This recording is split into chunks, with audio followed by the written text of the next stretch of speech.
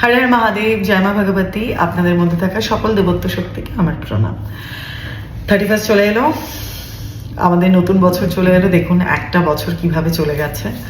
2025 2026 আসছে। তো সো অনেক বড় বড় অ্যাস্ট্রোলজার যারা আমার কালিগ, অনেকে চার্ট দেখে, ভাইব্রেশন দেখে, প্ল্যানেটারি ইকুয়েশন দেখে আপনাদের অনেকে খুব ভালো ভালো রেমেডি দিয়েছেন, খুব ভালোভাবে গাইড করেছেন।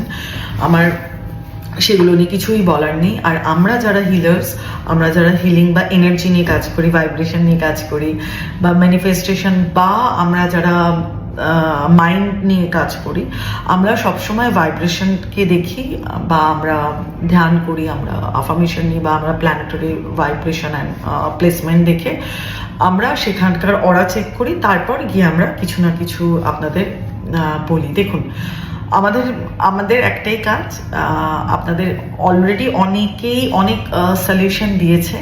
সব কিছু পড়াশোনার পর মনে হলো যে বৃহস্পতিবার, প্রথম কথা হচ্ছে শ্রী বিষ্ণুর বার, দ্বিতীয় কথা হচ্ছে 31 প্রথম দিন বছর শুরু হচ্ছে। তো সো যখন বছর শুরু হচ্ছে, অগ্নিদেবকে নমন করে নমস্কার করলেই হবে। ওম অগ্নিদেবায় নমঃ, ওম মাতা স্বাহা নমঃ। প্রদীপ জ্বালিয়ে নমস্কার করে সেই প্রদীপটাকে বাড়ির বাইরে ঠিক সন্ধ্যাবেলা তৃণসন্ধ্যার সময় রাখুন। আপনার বাঁদিকে, মানে প্রদীপটা যাতে পূর্বমুখী, মানে আপনার কিন্তু প্রদীপ সবসময় নাই সাউথে হয়, নাই তো পূর্ব দিকে হয়, ইস্টে হয়, না তো সাউথে হয়। তো সাউথের করে দরজার দিকে করে রাখুন। দরজাটাকে সুন্দর করে হলুদ ফুটে, মানে একদম হলুদ ফ্লাওয়ারে সাজান। দরজার বাইরে একটু সুন্দর করে হলুদের মানে হলুদ দিয়ে আপনারা স্বস্তিক আঁকুন দরজার দুদিকে। দরজার ওপরেও ওম স্বস্তিক আঁকুন হলুদ দিয়ে। আর একটা কাজ করবেন, প্রদীপটা যখন জ্বালাবেন, হলুদ সর্ষে, মানে হলুদ ছোট ছোট সর্ষে হয়, হলুদ সর্ষে, সেই মাস্টার্ড সিডস ওই প্রদীপের মধ্যে দিয়ে দিন।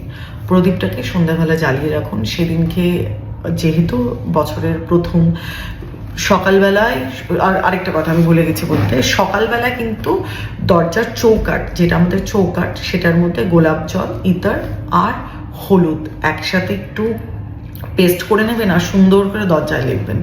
আপনার মেইন এন্ট্রান্স, আপনি ফ্ল্যাটে থাকলে তো ঠিক আছে, আর বাড়ি থাকলে যেখান থেকে আপনি ঢোকেন। আর প্রদীপটা কিন্তু বাড়ির বাইরে দেবেন।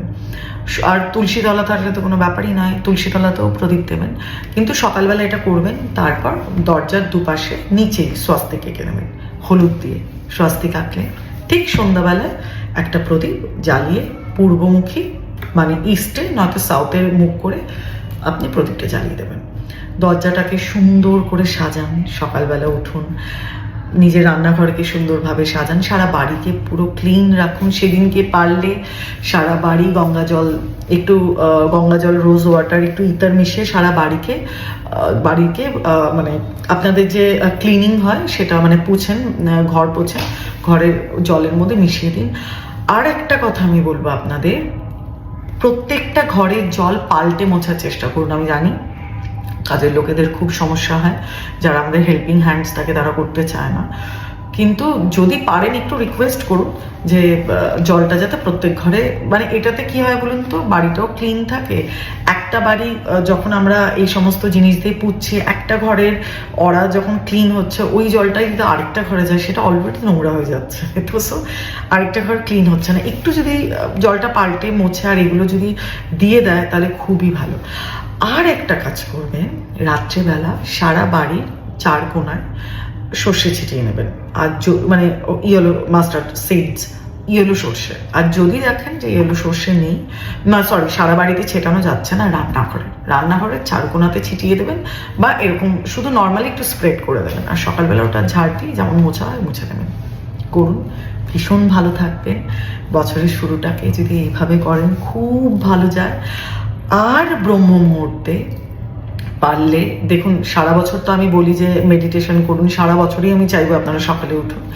আর যদি পারেন তো 31st নাইটে, আমি জানি সেদিনকে সবাই খুব বিজি থাকেন, বাট যদি সারাটা বছর হ্যাপি আর প্রসপারিটি আর জীবনটাকে খুব মজায় যদি কাটাতে চান, আমি তুলা রাশির জন্য তো এই বছরটা, মানে আসছে বছরটা হচ্ছে গোল্ডেন টাইম।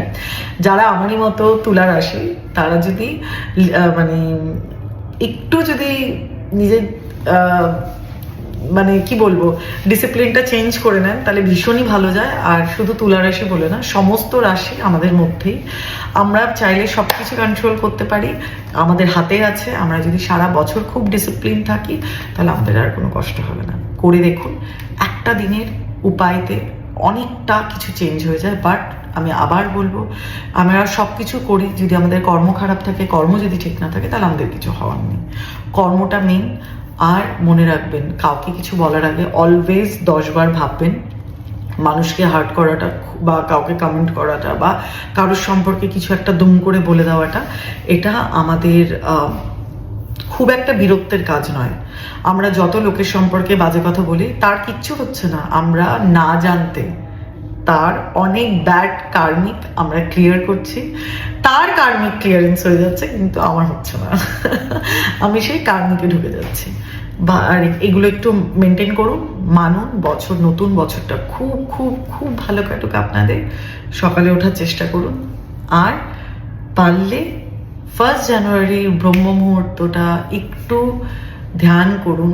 কিচ্ছু করতে হবে না, হোয়াইট লাইট শাওয়ার করুন। দেখুন, আকাশ থেকে হোয়াইট লাইট আপনার সারা বাড়িতে পড়ছে, আপনার কাজের জায়গায় পড়ছে, আর আপনার বাড়ি খুব প্রসপারিটিতে ভরে যাচ্ছে। সারা জায়গায় শুধুই মানি শাওয়ার হচ্ছে, হ্যাপিনেস আসছে, সারা বাড়ির লোক হাসছে, খুব খুশিতে আছেন আপনি। এটা যদি ভোরবেলায় একটু করে কিছুক্ষণ ধ্যান করে নিজের ইষ্ট দেবতার সাথে থাকতে পারেন, সারা বছরটা খুব ভালো যাবে। ভালো থাকুন, ভালো রাখুন। আর একটা কথা, নিউ ইয়ারটা, এই বছরটা, আমি এই বছর বলবো না, সব সময় নতুন বছর নতুনভাবে শুরু হচ্ছে। যদিও বা আমাদের সনাতনীর জন্য নতুন বছর নয়, কিন্তু তবুও যখন নিউ ইয়ার, যখন এটা ইউনিভার্সাল সবাই মানে, সেহেতু আমি বলবো সুখময় হোক আর দেবত্ব হোক। ভালো থাকবেন, ভালো রাখবেন, সবাইকে ভালোবাসা দেবেন। হর হর মা।